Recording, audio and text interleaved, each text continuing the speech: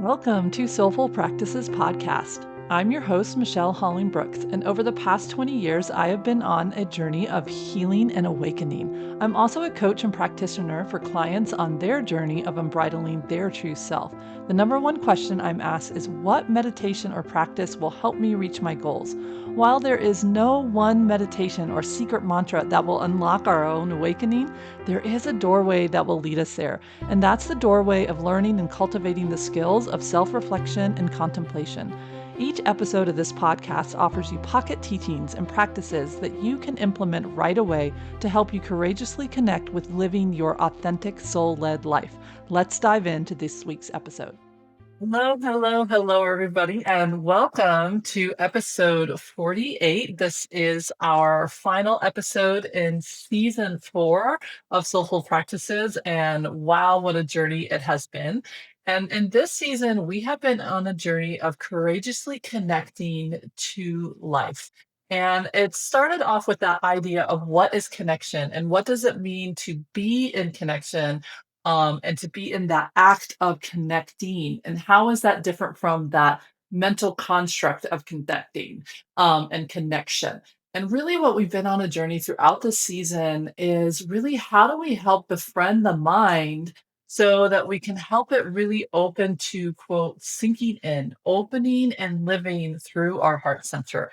And we went on that journey of the reasons why we don't, because our mind is our greatest protector. I like to call it that lone wolf within us that really is designed to help us make sense, to find predictable patterns in the world around us, and then come up with like pathways and programs of how to show up, who we need to be, what we need to be, when we need to be there in order to give us the best chance of survival, really, is what its first operating system is. And so, therefore, the way in which it's cueing us as a little being to connect with the world around us, yes, is from the heart, but ultimately starts to skew a little bit into what is the way that I need to connect in order to survive? Who do I need to be? How do I need to be? What do I need to be? What do I not need to be? Or who do I not need to be? And sometimes that doesn't match what our heart is cueing us to do. And so this ocean starts to come in and divide us from the way in which our heart is innately, organically inviting us to interact with ourselves and the world around us and the different beings that are in it from this, quote, heart-led, heart-centered place. To having to make choices that really match what is available to us. So the mind is not trying to make our life into a living heck on a handbasket or what I used to affectionately call the dumpster fire. It's trying to help us deal with the environment that we are planted in. It's trying to help us work with the people that are in those environments. And in the beginning, as a child, we don't have a lot of degrees of freedom. We don't have a way in which we can have our own voice. And our own voice, our wants, our wishes, our desires, our preferences, and even if our needs are seen as valid or able to be tended to, really does depend on the world around us. And part of, to me, soulful living and practices and really living a soul led, heart led life is about allowing ourselves to first reclaim and then expand past that karmic wheel and those programs that our mind says, you know what, it's just me. I've got to figure this out. And if that means I have to abandon self or reject self to get there, that's what we've got to do because we need to survive first and foremost. And part of this journey of courageously connecting to ourselves, unlocking ourselves as a creative being, and really starting to fully live, to love, and to lead our authentic life really comes through this doorway of saying, you know what, I want to connect back in to me, to my why. I want to connect into my life as I want to move from love, not from fear. So often for my own life, and then when I'm working with clients, is like we actually have so much grace, so much things in our life that are just amazing. But we bridle in, we like rein ourselves in, and we pull back from really experiencing that joy or that freedom or that choice that is available to us right now in this moment. Why?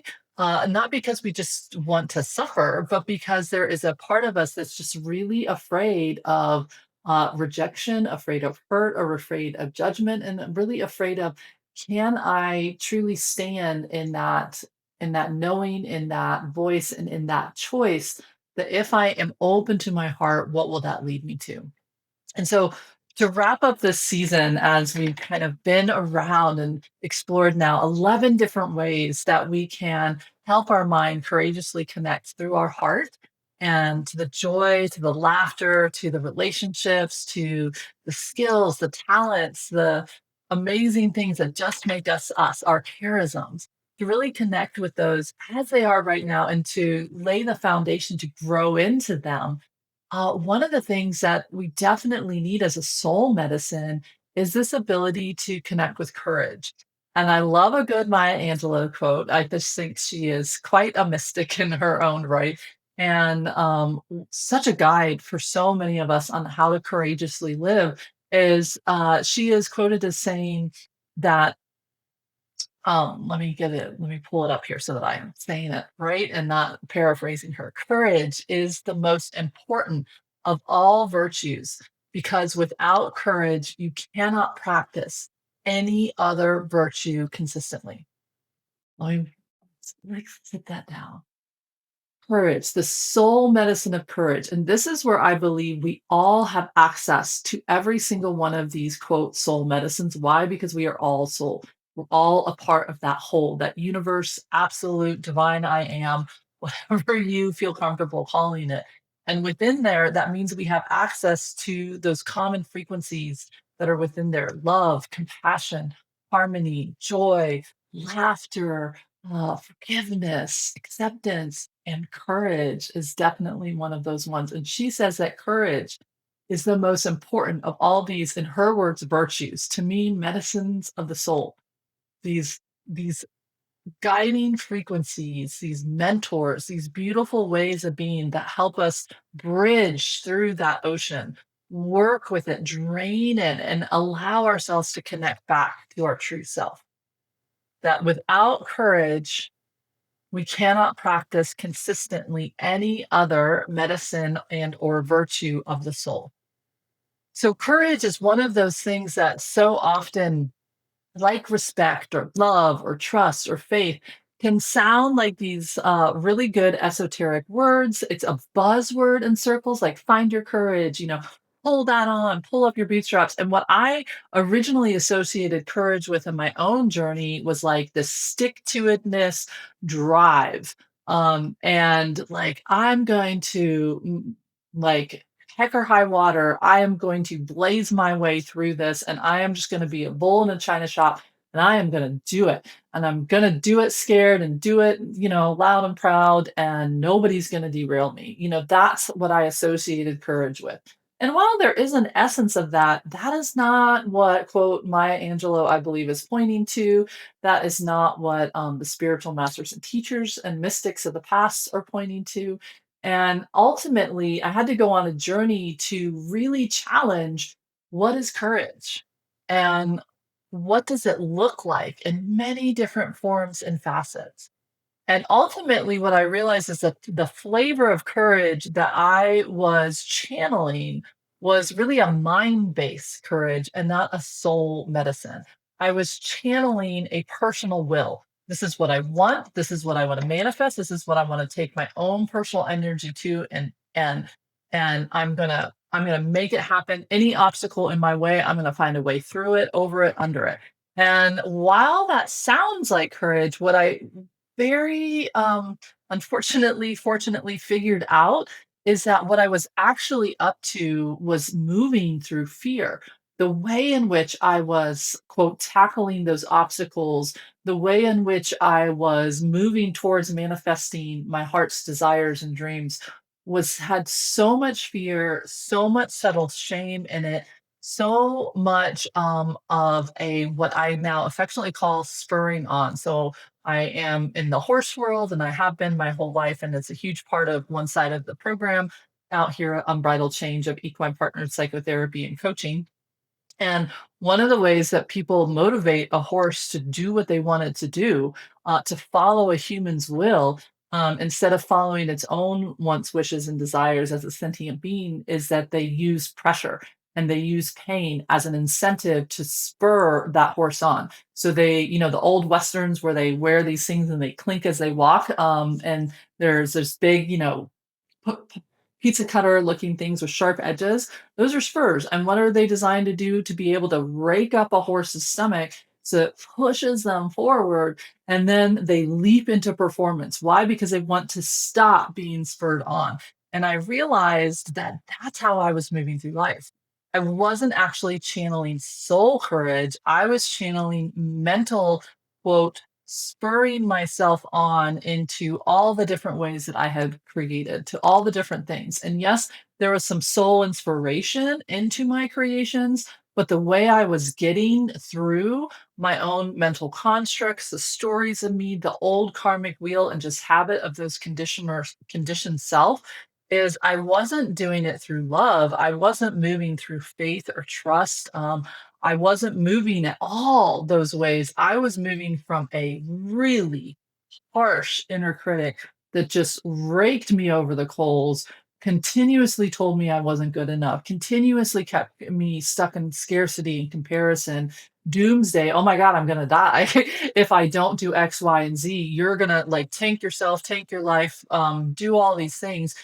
I was creating from this battery pack of lack, right?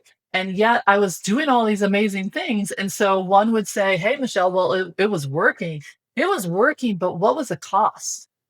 And while it was working and it appeared that I was this like force of nature that could get stuff done and create things, which all look that way to the outside, the cost of that was just really intense to my physical body.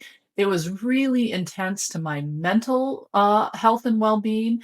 And then to my spiritual well being, it was like this battered, uh, desert that was happening within me that just left me feeling more and more alone, more and more isolated, and more at a battle with all the parts of me that would just raise their hand and ask a question, that had a fear or a concern or a confusion. And I realized that what I was doing was absolutely unsustainable. Right? It was full of such toxicity and such, striving for perfection that I wasn't connected to my life as it was. I wasn't connected to the beings that were in my life as it was, and I sure the heck wasn't connected to my heart or to my soul, that I had fallen asleep. Right? And this was after I had had my first kind of awakening at 23, and I was well on the path to creating unbridled change and moving through. And I realized that I was about to create unbridled change from this same battery pack. So this was in my early 30s, and I was leaving one position for a company and getting ready to open up Unbridled Change, my own business, my own nonprofit, and really rolling out doing this beautiful healing work. And I wanted to provide a space that was a safe, sacred space for healing, for allowing a person to explore, well, what is happening, what is motivating me, with compassion, with love, and leaning into those tender parts, and allowing ourselves to meet them, to meet them with kindness, with compassion, with a open invitation to share with me, why is it working the way it is? What does it feel that it's fighting for, right? What does it feel like it wants, if it stops doing this job the way it was doing it, what does it would it think would happen? Right? And I realized, all of a sudden spirit really got hold of me. This was back in 2008, and I had just had, my first daughter. Literally, she was a month old. She was sitting in my arms, and I had this vision that really was a true understanding of how I viewed myself, how I viewed Earth around me, how I viewed this thing called a human experience, and how those views were really going to be pushed onto my daughter if I didn't address them. And all of a sudden, I had to realize that the way I was creating was from this battery pack that was really toxic. I actually didn't like being in nurse school. I saw it as a life sentence.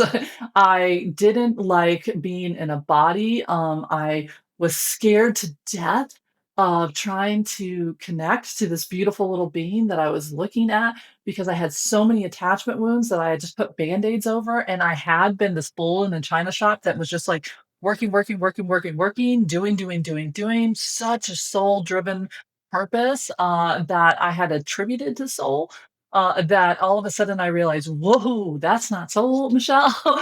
You need to look at this a little bit differently." And all of a sudden, I realized that if I kept creating from this battery pack, this place of spurring myself on, this place of taking on so much, and really subtly viewing my own self, the ways that I worked with myself through fear, through procrastination, through protective mechanisms, through all this stuff that takes courage to look at, that I was saying one thing, but I was showing up very differently for myself. I would show up in this very beautiful, attuned way for client sessions. I would show up this attuned way for a friend. But the way that I was showing up for myself, none of those virtues, none of those soul medicines were passing to me. And I really had to examine that because what I was about ready to do is my energy field was about to be louder with what it was sharing with my daughter of how she could show up, about how she could really work with these parts of her that were scared or nervous or confused, about how she would even view her time here on earth. That if even if I didn't voice those thoughts to her, they would be there running in the background of my field and they would be tapping on her field, pushing on her field, forcing her to eventually like ask the question, do I need to agree with these subtle energy things in my mom or in order for her to accept me? And it was just one of these moments that I was like, oh my gosh, I've got to figure out another way to actually work with myself. I need to figure out another way to look at how I look at my life. It was this huge, like, reawakening. So you will find that on the journey of awakening and healing, that we get to a place where we have healed, and allowed ourselves to stabilize with one quote frequency to the next like level, and then once that is there, it opens us up to see, oh, here's the next step and the next step. So I personally don't believe an awakening journey is ever done. It just is a beautiful spiral that allows us to have more freedom and more freedom, coming back over the same themes of our life, because why it's archetypal, these are the themes that are in our life. But each little pass, we get more and more degrees of freedom, more and more alignment with who we truly are. And the way that we do that is through courage. So I said a prayer in that moment, and I share more about this in the story of Trauma Informed Enlightenment, my second book that is just now been released and coming out in all these different forms. But I believe you can get it now on Amazon, and the Sacred Witness Oracle is right on its heels, getting ready to be released. So if you're watching this live, it'll probably be a few weeks, but then that will be out in mid to late December, early 2026. But Trauma Informed Enlightenment is out now, and I share this story in depth in there, so you can hop over there. But I said a prayer asking to help shield her while I started to figure out another way to live, figure out another way to view myself, to figure out another way to connect, to actually be in the active connection with my own inner world, with these parts of me that I just had some real opinions about, and honestly didn't like a lot of these parts of me. And I was like, wow, I've got to find a way to work from a different quote battery pack to to truly hold that space for myself, and then that will enhance how I hold it everywhere else. But if I'm going to open this organization called Unbridled Change, and I'm going to offer a sanctuary, a place for discovering the healing, the hope, the growth, the connection, the a way to engage our life from a different way of being, that's got to start with me. And it was like this beautiful invitation that said, I want to learn how to move from love and I want to release moving from fear.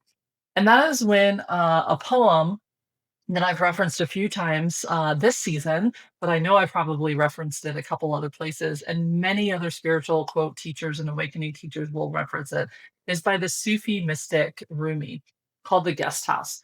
And that poem came back to me again, and I actually discovered that there are other translations other than the one that most people recognize. And so let me pull up, so most people know the Coleman Barks translation, who is like a renowned Rumi translator out there, and it speaks to many people, and it's the shorter one, so therefore it fits nicely on cards and other things like that. This is the one that most people know, and I'd like to invite you to work with the rest of this episode as a meditation, because I'm going to give you a couple different paths of translations of this poem and see how it helps you connect with the true essence of courage. Just take a deep breath in and out and just soften. This poem is designed to help us meet what is and understand that what is there has the ability to offer us gifts. Gifts into self-knowledge, gifts into awareness, gifts into like this moment of awareness for me of just being with my daughter and looking at her and seeing that, like, wow, Michelle, you're about ready to pass on a whole lot of trauma responses and beliefs that were rooted in unhealed trauma within you to your daughter. Do you want to do that? That was what was present. And it was coming to me not to judge me, hands on hips. It was a prayer of love. Can we loosen up within you? Have you feel that your life is something more than what I felt like at the time, that it was a dumpster fire inside a dumpster fire, a sentence that I had been sent here to earn my way out of? Can I release that? They take the spurs off and put them down and start to be like, what would it feel like to create from love? What would it feel like to connect first to myself through love? What beautiful new opportunities and gifts would come through me? And in doing that, could I connect, truly connect with my daughter the way I wanted to, not the way the attachment wounds within me had me programmed as that conditioned self, and not like slingshotting to this weird, messy, codependent version of it, but like actually finding that soul led version and therefore setting her up to connect with her own life in the same authentic, courageous way. So here is that poem. Think of the moment, maybe it's happening right now in your life, where you're asking yourself that same thing. How do I reconnect with my life? How do I move with my life, or a goal or an idea or a dream or a relationship, whether that's internally within you or externally? And this idea that your everyday life is the key. So, this being human is a guest house. That every new arrival is a joy, a depression, a meanness. Some momentary awareness comes as an unexpected visitor. Welcome and entertain them all, even if they're a crowd of sorrows who violently sweep your house empty of its furniture. Still treat each guest honorably. They may be clearing you out for some new delight. A dark thought, a shame, the malice, meet them at the door laughing and invite them in. Be grateful for whoever comes because each one has been sent as a guide from beyond. This is the most current passed around translation.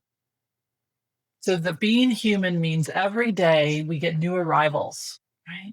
And each one is unexpected, meaning we can't predict that. We don't know, even if we have an idea of what our day will be, the way in which we are being asked to be in connection and connecting with that day and who that being is and what they show up as, both intimately within those personal connections, out to those general connections, and then out to what is happening in our community, in our state, in our country, in the world, and then out into that psychic weather, of the different planetary motions and ways of being that are all feeding into us. They're unexpected. We cannot plan for all of those different scenarios, even how we ourselves are going to, quote, meet them.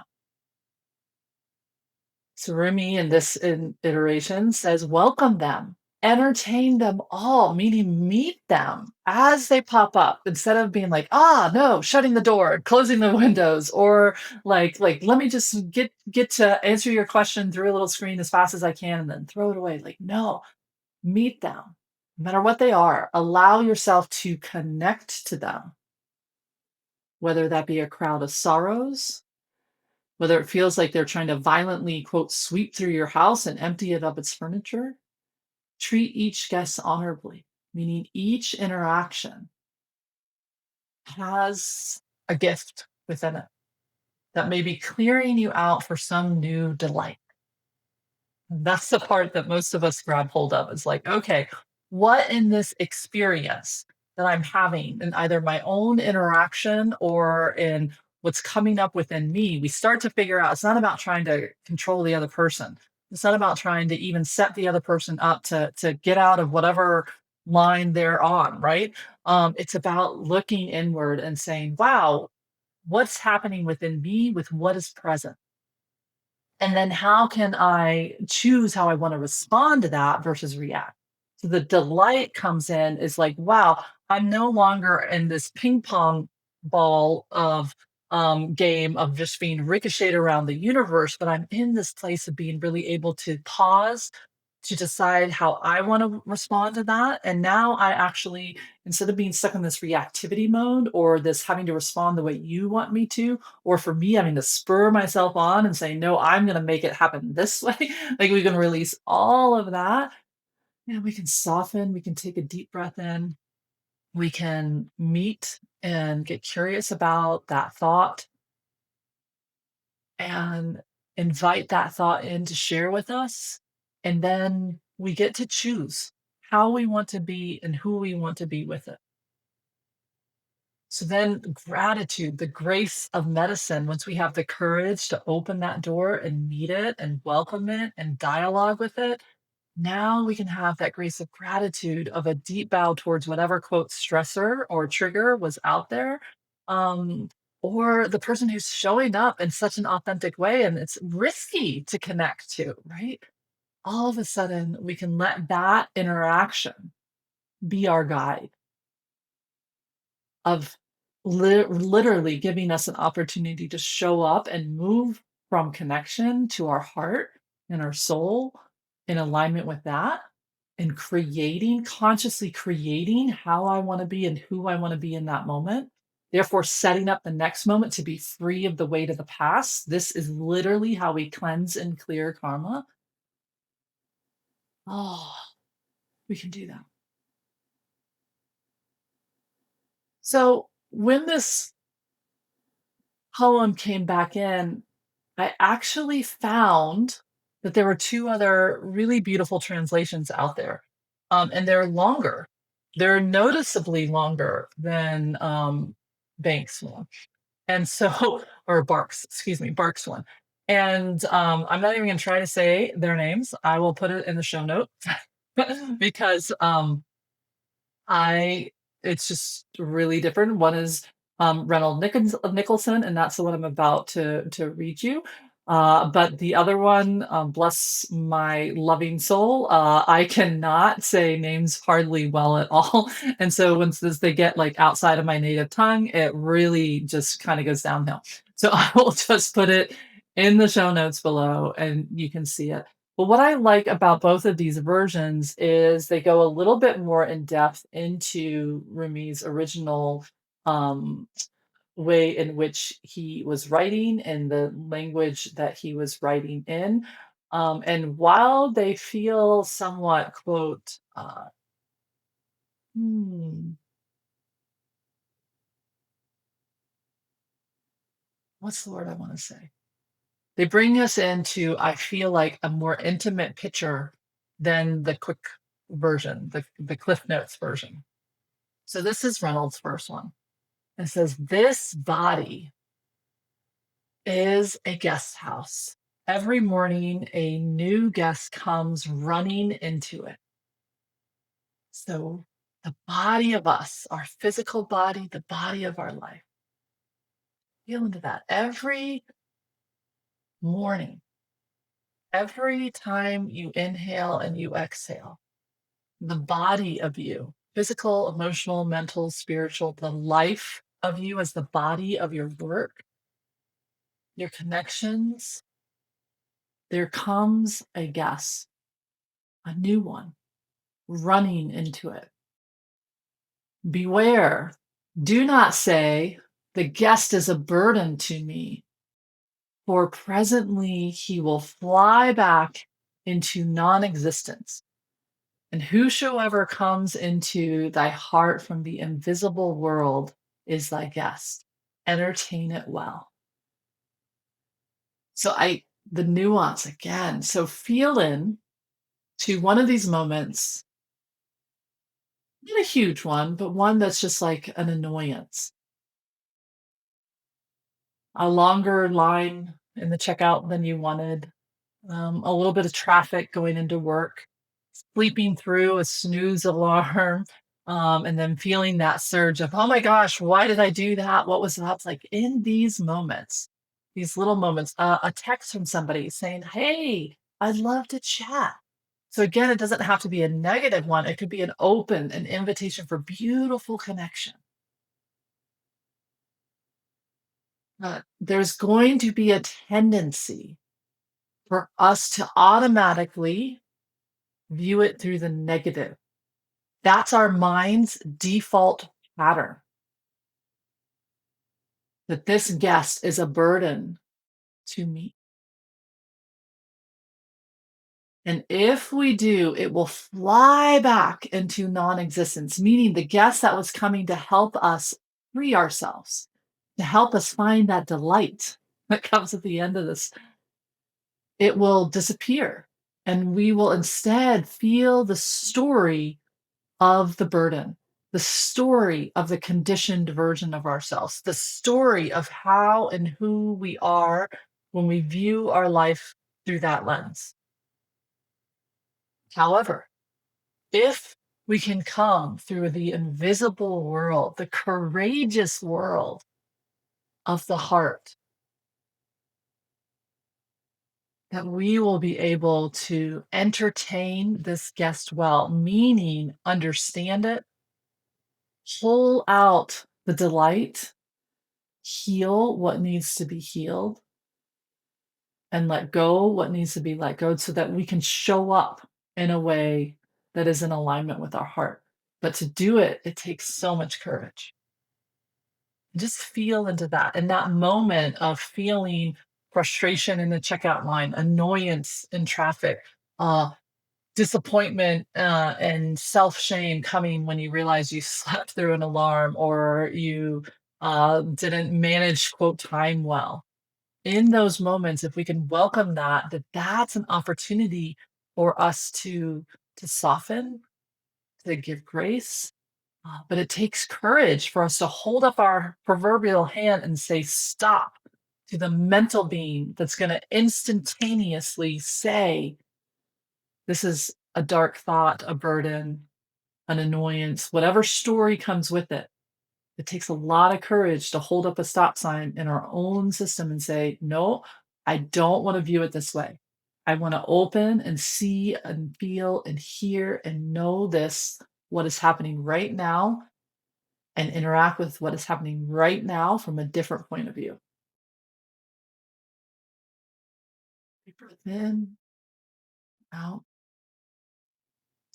So, in that moment, if we can acknowledge that every day, too, at every moment, a different thought comes like an honored guest into thy heart. O dear soul, regard thought as a person, since every person delivers his worth from thought and spirit. If the thought of sorrow is waylaying, spoiling joy, yet it is making preparations for joy. It violently sweeps thy house clear of all else in order for a new joy from the source of good may enter it. It scatters the yellow leaves from the boughs of the heart in order for the incandescent green leaves to grow. It uproots an old joy in order to delight in a new delight which may march in from beyond. Sorrow pulls up the old crooked rotten root in order that it may disclose the root that is veiled from sight. Whatsoever things sorrow may cause to be shed from the heart or may take away from it, assuredly it will bring better in exchange. Whenever the thought of sorrow comes into thy heart anew, go and meet it with smile and laughter. So that's the whole section that doesn't exist in the other poem, right? The other translation of it. And let's break this one down. Let's feel into that. What I love about this one that it brought to me is it pointed me to why I was working so hard, why I was spurring myself on, why I was so harsh to myself, why I was withholding myself from connecting to my life, why I was afraid to connect to my daughter, this beautiful little being, this precious, gorgeous being that was less than a few weeks old, why I was afraid to connect to a business that I was getting ready to start, right? And to knowing that that business was going to connect me to beautiful, amazing beings, both personally and like this collectively. Like knowing that at the time I had a brand new marriage up and running. And so it was less than a year old. And so it's like connecting to that relationship. Like there was so much fear, and when I was spurring myself on, I actually was moving in front of my life, therefore I wasn't feeling it. And all of a sudden, when I found this translation and the next one, which is pretty close to this one, I realized that the reason why was because it meant I had to connect with grief. The thought of sorrow that was waylaying or spoiling the joy, right? So in my mind, I had a protector that was so afraid of feeling a disappointment, a disillusionment in myself or somebody else feeling that in me. And then what? I was projecting loss all over the place. And then I just knew that things ran its course. And so, as much as I loved something, like I had left a business that I absolutely loved and believed in and had joy because that was the guidance that I was given, but the connections and the friendships that I had built over there in that organization were very real. And I loved the clients that I worked with over there and everything else like that. And so there was a loss of just things that I absolutely loved and adored because that time frame of when that connection was supposed to be a part of my life had closed. And so that meant that I had to release and let go. Some of those friendships definitely kept going and grew into new ways of being, but some of them truly were released, like a little leaf falling from a tree, falling to the ground and going on another journey. And there's sadness, there's sorrow. And it felt like it was violently sweeping through my own house. And so each projection that I had that was withholding me from connecting, and I was using the spheres to push me into doing. Sure, I was a human doing. I did amazing work and I would do amazing work, but that wasn't mean that I was being in my life. And did I want to be with my daughter? Or did I want to do the job of mothering? Two very different questions. Did I want to be with this business that was starting to open and with what it was wanting to grow and shift, and not only for clients, but for me? How did it want to unbridle me? Or did I want to do a business and grow a business and do things where I could point out and say, a client that worked with me did this? Or did I want to be with that client and help them be with their life and feel their life and feel different in their life? Things that maybe I couldn't point at and say, see, this client went from X to Y, and this is why we were successful. I had experienced that in previous jobs, and that was one of the things I did not want to bring to Unbridled Change. But, oh, what a risk, because if I opened that, that meant I would feel that that stirring within me, and which meant eventually I would feel a loss, whether that was something coming to a close organically, whether that was something coming to a close from another person's thoughts, wants, and wishes that didn't match my own, uh, that I would have to let go. I'd have to expose my heart to feeling that again. And this is when the part of the poem in this translation and Reynolds' translation really spoke to me, because it did two different things. One is it asked me to see my emotions, these fears, these responses, these reactions that I was having with me, to see them as a person with their own thoughts and feelings. And this echoed what I had been learning of different frameworks and models.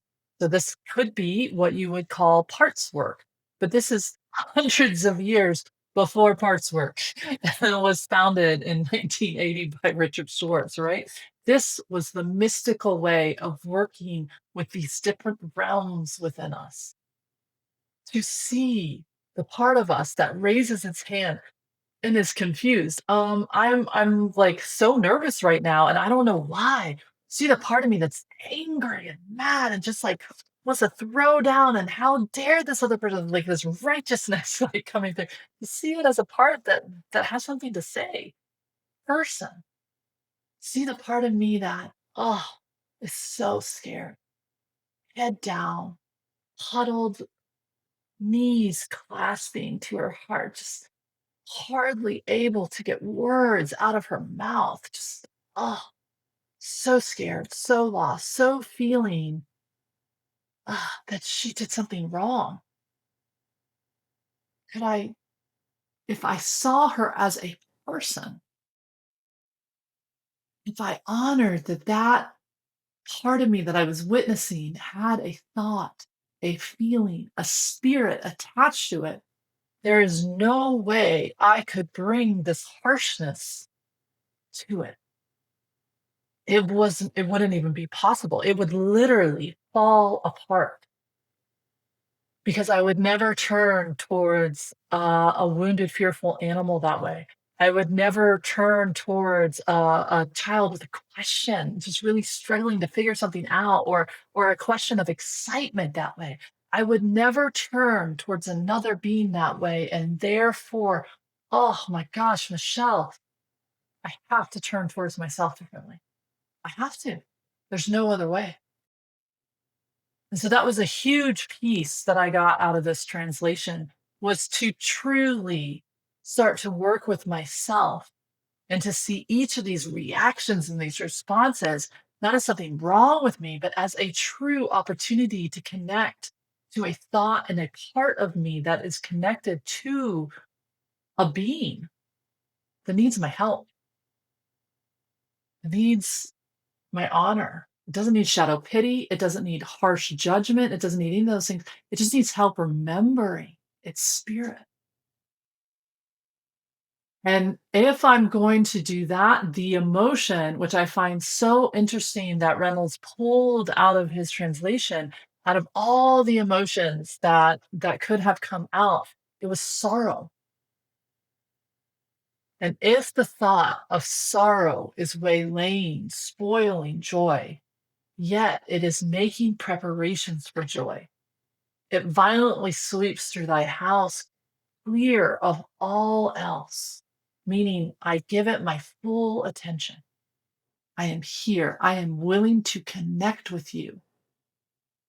And I know that as it's doing its thing, if I can hold with it, if we can pull in another beautiful quote from Pat Ogden, a leader in somatic experiencing and pioneer in the field of somatic therapy, said the body always knows how to lead us in, through, and out of an unwinding of a repressed trapped trauma in our system, if we can but have the courage to hang with it, to not get blended with it, because we don't need to go on that ride with it, but to witness it and to share with it and say, tell me what else. Tell me what is there. That eventually that violent sweeping of the house softens. And we notice that in that process, it has scattered the yellow dead leaves from around the bowels of the heart, right? And then in its place, these incandescent, beautiful green leaves of new growth can come from those bough and out and take on new shoots and develop new roots, right? They're there. They're waiting. They're ready. That our heart knows what structure to take. And if we allow them to grow, that in that growth, in the doing now from this place of being, the doing starts to take place. And in that new growth, it uproots on its own that old joy in order for a new delight to come forward from beyond. The sorrow pulls up the crooked, rotten root, the root that has once given life, once helped us survive. This is that idea that something no longer is serving us. That doesn't mean it didn't serve us. That is exactly what it means. It did serve us. It helped us in some way, shape, form, or fashion meet the environment and the circumstances that we were in to the best of our ability. And that if I go into that grief work, if I go into that ability to meet that frustration from a little minute version to a big full on meditation, whatever it needs, that bridge comes into that nucleus. And I can lovingly allow that root that once served, but is now not allowing itself to break down.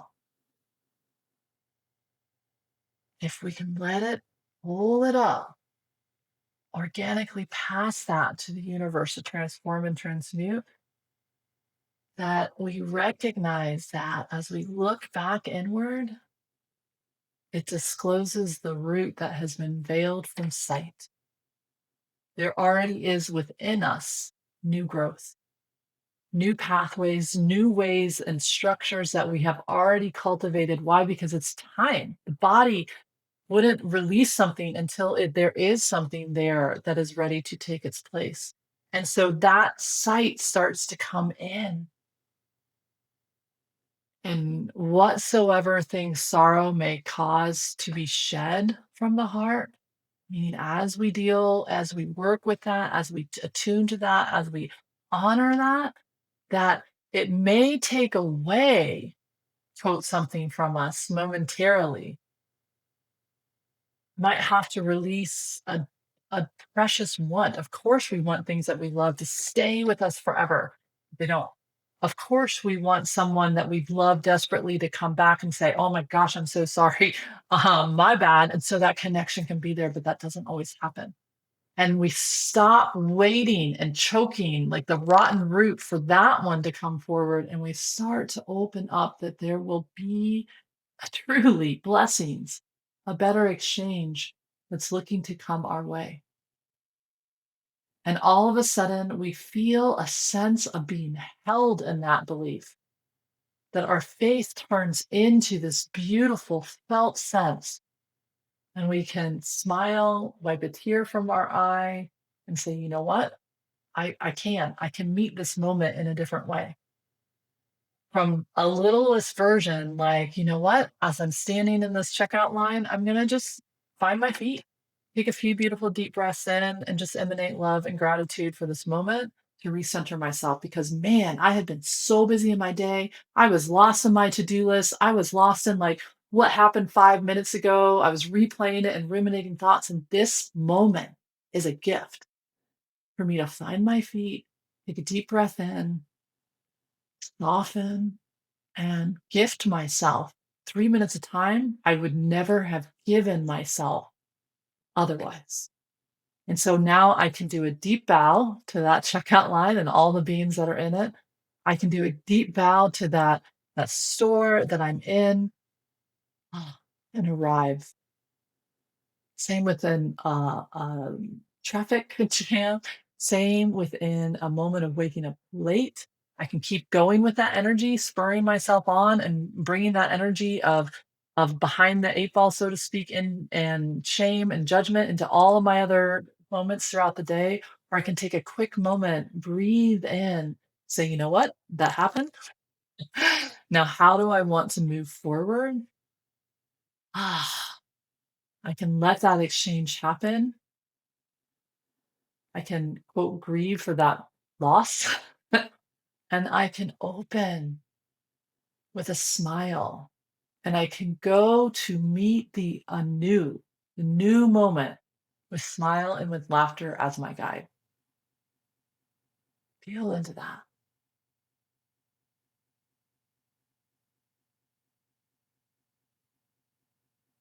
Let me give you just a little bit of the third translation to wrap us up. Darling, the body is a guest house. Every morning, someone new arrives. Don't say, "Oh, another weight around my neck," or if your guests will fly back into nothingness. Whatever enters your heart is a guest from the invisible world. Entertain it well. Every day and every moment, a thought comes like an honored guest into your heart. My soul, regard each thought as a person, for every person's value is in the thought they hold. If a sorrow thought stands in the way, it is also preparing for a new joy. It furiously sweeps your house clean in order for some new joy may appear from the source. It scatters the withered leaves from the bough of the heart, and in order for the fresh green leaves might grow. It uproots an old joy so that a new one may enter from beyond. Sorrow pulls up that rotten root that is veiled from sight, and whatever sorrow takes away or causes the heart to shed, it puts something better in its place. especially for one who is certain that sorrow is a servant of the intuitive. Deep breath in and out. Courage is the virtue, the soul medicine that it opens the door for us to feel, to gift ourselves, our lives, and others all of our soul's medicine consistently. It has the ability to help us see where we are withholding connection and we are connecting through fear instead of love.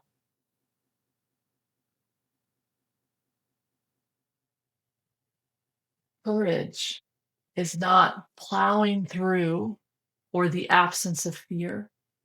It is the softness to sit, to welcome, and to be with the parts of ourselves that we would normally push aside, judge, belittle, condemn, so that we can meet them, tend to them, and free them from the suffering that is holding them. And in doing so, we courageously free ourselves to live with new joy in each moment of our lives. What is soulful living? What does being a soul-led life feel like? Ah, it says that every morning is a gift. And every day, elements will come in and out of that day that I will meet with love and open arms and excitement. And there will also be elements that will come in that I will not want to meet that way. And in those moments, if we can remember to lovingly hold up a stop sign to our automatic, conditioned mental being protective mechanisms that view it as a burden or a weight around our neck or a curse upon us, if we hold up a stop sign and say, no, I choose not to interact, to perceive, to view this as that, instead of it running away, we open to the invisible world of our heart. And that inconvenience, that moment, that unexpected guest becomes our medicine. The way in which we can see, sense, feel, hear, and know that which is wanting to be tended to, that wants to be changed, an old story that no longer serves. Clear out the roots and the dead leaves so that we can make room for new growth. Deep breath in, out.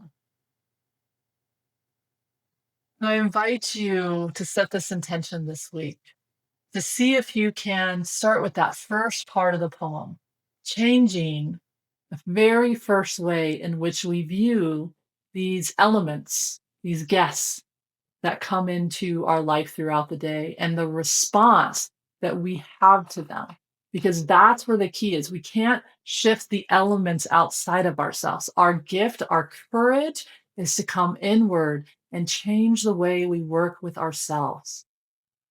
And for me, so much came in that translation that said, see it as a person, a value, as an honored, precious guest there to help you see where you have choked down your heart so that you can voraciously cleanse, clear, and free up that new growth that wants to come in there.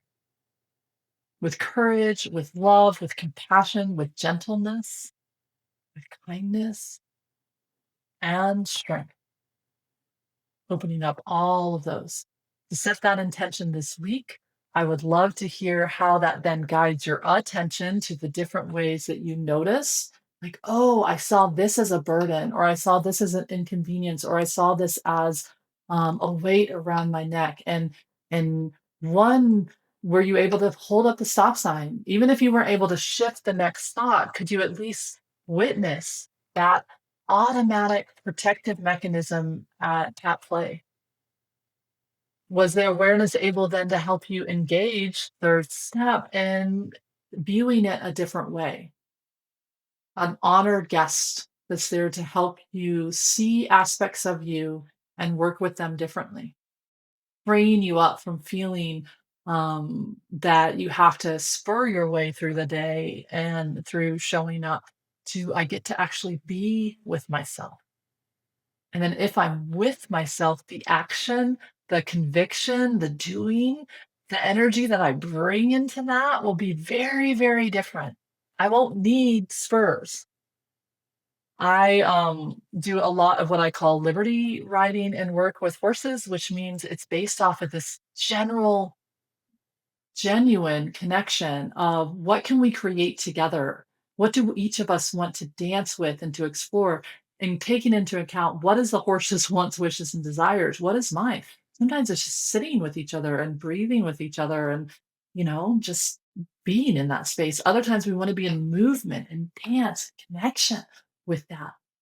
And if I don't have a bridle on or any other apparatus that forces that horse to listen to my will, then that means that it's us coming up with that together, showing each other pictures and ideas.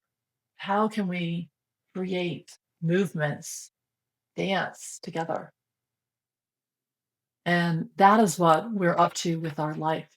So movement is possible, creation is possible, dancing with your heart's desires is oh so possible, but only through this doorway.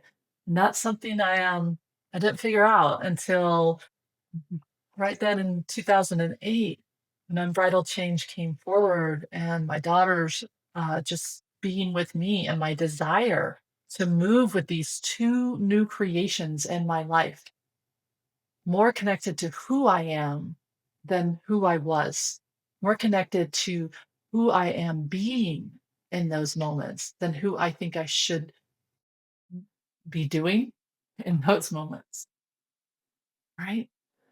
So that's the opportunity for you to carry and to work with. This will most likely kick you back to one of the themes that's in season 4. So I invite you as you're working with this episode to kind of go back and use seasons 1 through 4 almost like an oracle deck, like which one of these episodes and the practices or the quote in one of these different episodes will serve and support me and really freeing that up so I can move into that new delight and joy that Rumi was speaking of, right? Of how that works. So feel free to use this as, and then also feel free to take a look at the Sacred Witness Oracle Suite and Bundle and Trauma Informed Enlightenment. They are amazing tools that I have been in the practice of developing that really represent everything that I'm talking about here that I kind of finalized and worked with, not finalized because it's an always ending journey that I was able to capture and bring into written form within those spaces. So those are also beautiful ways that you can meet, especially when you find yourself at one of those moments and you're like, ugh, okay, Michelle, I'm trying, I'm pulling on that Rumi quote, like this is a delight, but it does not feel like that. It feels like a burden. It feels like a curse. I need some help here. These are tools that you can come to, draw a card, flip open the book, scroll through the past episodes, hit play on, read a chapter, flip to that guidebook and read that practice that goes with that card and really give you both a lifeline to be held in that moment, a way to work with that. You notice each kind of iteration went from violent to uh, furious to then making way, right? And so sometimes we need help with that process. It's hard to hold on our own. And so these are tools that I hope can hold you and to be with you as you're doing it. So this will be the end of our season right now. I take a break. So if you're listening to this real time, I'm going to be taking a break through the end of the year, just so I can be with my daughters as they are in breaks with school and in holiday breaks, and also prepping for 2026, which I am so excited about everything being released in 2026. The programs, the workshops, immersions, oh my, so many different opportunities to dig into this, just that what we had in beautiful spaces where we connect and be in live spaces together, in addition to wonderful ways like this that are on demand at your own time. All those different ways. So if I don't see you, and chances are I'll be popping in with some lives between now and then, and some new like mini special episodes. But season 5 will pick up starting in January of 2026. So offering you light, love, and joy. And I'd love to hear how this first step, if I set the intention to view these guests differently, what does that start to open in you? Offering you light, love, and joy, and I'll see you in the next one, Michelle. Thank you for listening to Soulful Practices. For more information on how to work directly with me or one of my guests, check out the show notes below. We'd love for you to also let us know what parts of this episode are speaking to you and how this practice is supporting you on your healing and spiritual journey. Please share this podcast with fellow seekers, travelers. Together, we can create a wave of soul-led beings in this world, offering you light, love, and joy on your journey. Michelle Holling-Brooks. Until next time.